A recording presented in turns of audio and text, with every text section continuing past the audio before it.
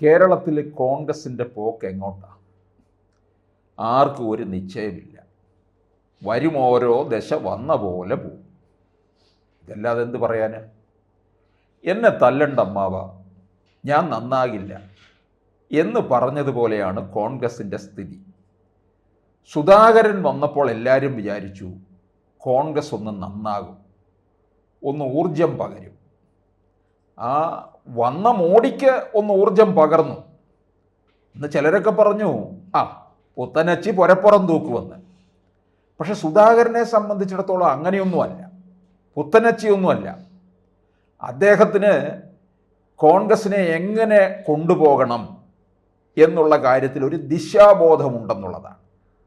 പക്ഷെ അത് വേണ്ടവണ്ണം പ്രാവർത്തികമാക്കാനായിട്ട് മുകളിൽ തട്ടിലുള്ള നേതാക്കന്മാരോ അതിന് തൊട്ടു താഴെയുള്ള നേതാക്കന്മാരോ ഇദ്ദേഹത്തെ അനുവദിക്കുന്നില്ല എന്ന് വേണമെങ്കിൽ പറയാം. അതിപ്പോൾ സുധാകരൻ മാറി വേറെ ആര് വന്നാലും, ആൻ്റോ ആൻ്റണി ആയാലും കുഴൽനാടനായാലും വിഷ്ണുനാഥനായാലും ഷാഫി പറമ്പിലായാലും ആര് വന്നാലും തഥൈവ. കോൺഗ്രസ് ഇങ്ങനെയൊക്കെയാണ്, വലിയ ഉൾപാർട്ടി ജനാധിപത്യമുള്ള പാർട്ടിയാണ്. അങ്ങനെയുള്ള കോൺഗ്രസ് നന്നാകാൻ പോകുന്നില്ല എന്നുള്ളത് ഉറപ്പാണ്. പിന്നെ എങ്ങനെയാണ് ഇവർ ഈ മൂന്നാം വട്ടവും അധികാരത്തിൽ വരാനായിട്ട് തയ്യാറെടുത്തുകൊണ്ടിരിക്കുന്ന പിണറായി വിജയനെ എങ്ങനെ നേരിടും? അതിനുള്ള ശേഷി ഇവർക്കുണ്ടോ? ക്രൈസ്തവ വോട്ടുകളെല്ലാം ഇപ്പോൾ വാങ്ങിക്കൂട്ടാമെന്നും പറഞ്ഞാണ് ആൻ്റോ ആൻ്റണിയെയും സണ്ണി ജോസഫിനെയും ഇറക്കാനായിട്ട് തീർച്ചപ്പെടുത്തിയിരിക്കുന്നത്. മുരളീധരൻ പറഞ്ഞത് ശരിയാണ്. ഇവരെയൊക്കെ ഫോട്ടോ കാണിച്ചു കൊടുത്താലെങ്കിലും ആൾക്കാർ തിരിച്ചറിയുമോ എന്ന് സംശയമാണ്.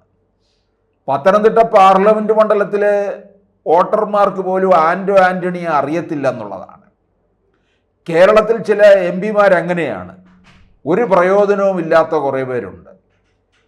തിരുവനന്തപുരത്ത് തരൂര്, പിന്നെ എം എൽ എയുടെ കാര്യം പറഞ്ഞാൽ കൊല്ലത്ത് മുകേഷ് എം എൽ എ, ഇപ്പോൾ പത്തനംതിട്ട പാർലമെൻറ്റ് മണ്ഡലത്തിൽ ആൻ്റോ ആൻ്റണി. ഇവരെ ആരറിയാനാണ്? അതുപോലെ തന്നെ സണ്ണി ജോസഫിൻ്റെ പേരും പറയുന്നുണ്ട്. ഇരിക്കൂർ അല്ലാതെ അദ്ദേഹം വേറൊരു സ്ഥലം പോലും കണ്ടിട്ടില്ല. കേരളത്തിലെ ജനങ്ങളുമായിട്ടൊന്നും വലിയ ബന്ധവുമില്ല. മറിച്ച് നമ്മൾ മറ്റു ചില പേരുകളിലേക്ക് വരൂ. ഇപ്പം അടൂർ പ്രകാശ് അറിയപ്പെടുന്ന ഒരു കോൺഗ്രസ് നേതാവ് തന്നെയാണ്. അദ്ദേഹത്തിന് കോൺഗ്രസ് പാർട്ടിയെ നയിക്കാനുള്ള പ്രാപ്തിയുണ്ട്. അദ്ദേഹം ഈഴവ വിഭാഗമാണ്, അല്ലെങ്കിൽ വെള്ളാപ്പള്ളിയുടെ സർട്ടിഫിക്കറ്റ് കിട്ടിയിട്ടുള്ള ആളാണ് എന്നുള്ളതിനുപരി അദ്ദേഹം കോന്നിയിലെ എം എൽ എ ആയിരുന്ന സമയത്ത് അവിടെ പോയി ഒന്ന് അന്വേഷിക്കൂ. ആ മണ്ഡലത്തിനുണ്ടായ നേട്ടം, ജനങ്ങളുമായിട്ടുള്ള ഒരടുപ്പം, അവിടെ നിന്നാണ് പറിച്ചെടുത്ത് 2019 ആറ്റിങ്ങൽ പാർലമെൻറ്റ് മണ്ഡലത്തിൽ കൊണ്ടു നിർത്തി. വൻ ഭൂരിപക്ഷത്തിലാണ് വിജയിച്ചത്. അന്നവിടെ ശക്തമായ മത്സരം.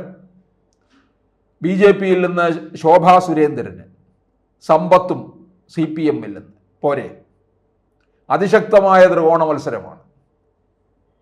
പക്ഷേ അന്നും കോൺഗ്രസ് ഒരു തരംഗമായിരുന്നു കേരളത്തിൽ. ശബരിമല യുവതീ പ്രവേശ വിഷയത്തിന് ശേഷം നടന്ന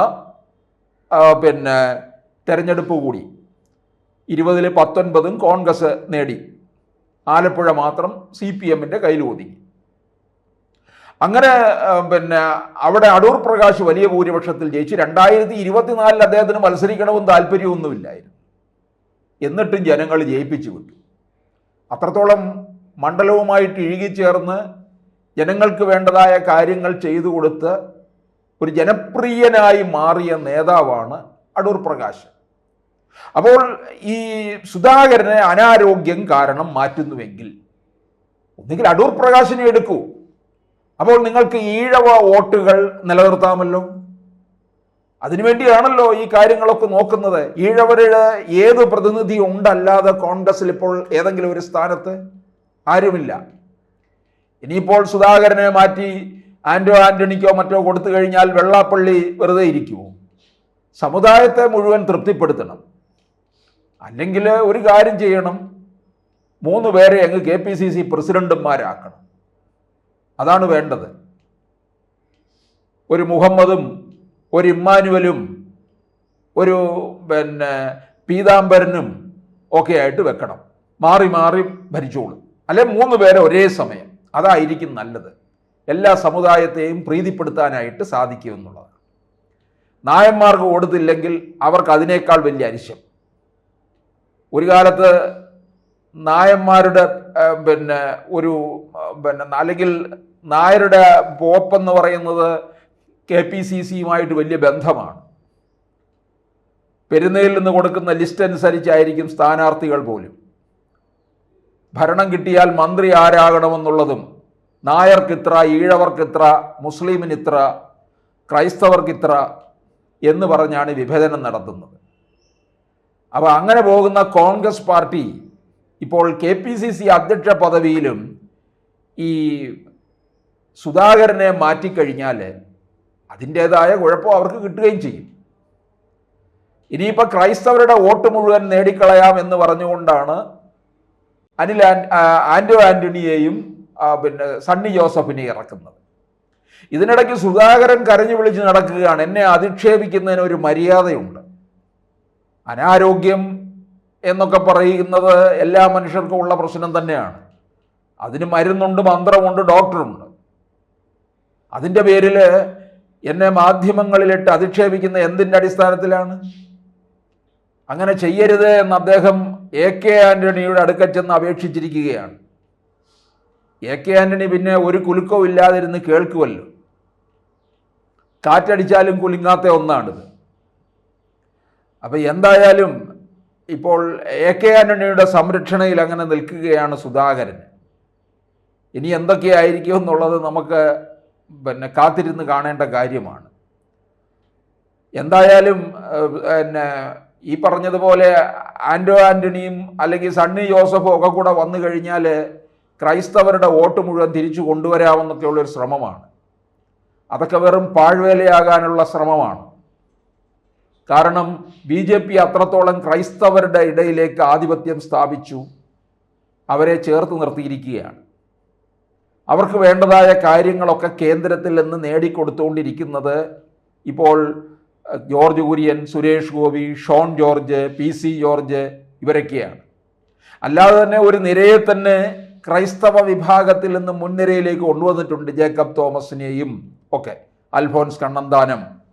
ഇതൊക്കെ കൂടുതൽ ക്രൈസ്തവ വിശ്വാസികൾ കൂടുതലായിട്ട് BJPയോട് അടുക്കാനുള്ള ഒരു സാധ്യതയാണ് കാണുന്നത്. അപ്പോൾ തീർച്ചയായിട്ടും അത് പാർട്ടിക്ക് ഏത് തരത്തിൽ ഇവർക്ക് ദോഷമുണ്ടാക്കുമെന്നുള്ളതാണ് ഇനി അറിയേണ്ടതായ കാര്യം. കോൺഗ്രസിനെ സംബന്ധിച്ചിടത്തോളം അവർക്ക് KPCC അധ്യക്ഷനെ മാറ്റുക എന്നുള്ളത് ഈ തെരഞ്ഞെടുപ്പിന് മുന്നിൽ എന്നുള്ളതാണ് ഏറ്റവും വലിയ പ്രശ്നം. അത് ഏറ്റവും വലിയ അപകടമാണ് അവർക്ക് ഉണ്ടാക്കാൻ പോകുന്നത്. നിലമ്പൂർ ഉപതെരഞ്ഞെടുപ്പ്, തദ്ദേശം, പിന്നീട് നിയമസഭാ തെരഞ്ഞെടുപ്പ്. ഈ അവസരത്തിൽ മാറ്റുമ്പോൾ വൻ അപകടം കോൺഗ്രസ് പാർട്ടിയിൽ സംഭവിക്കാൻ പോകുന്നു എന്നതിൻ്റെ സൂചനയാണ്.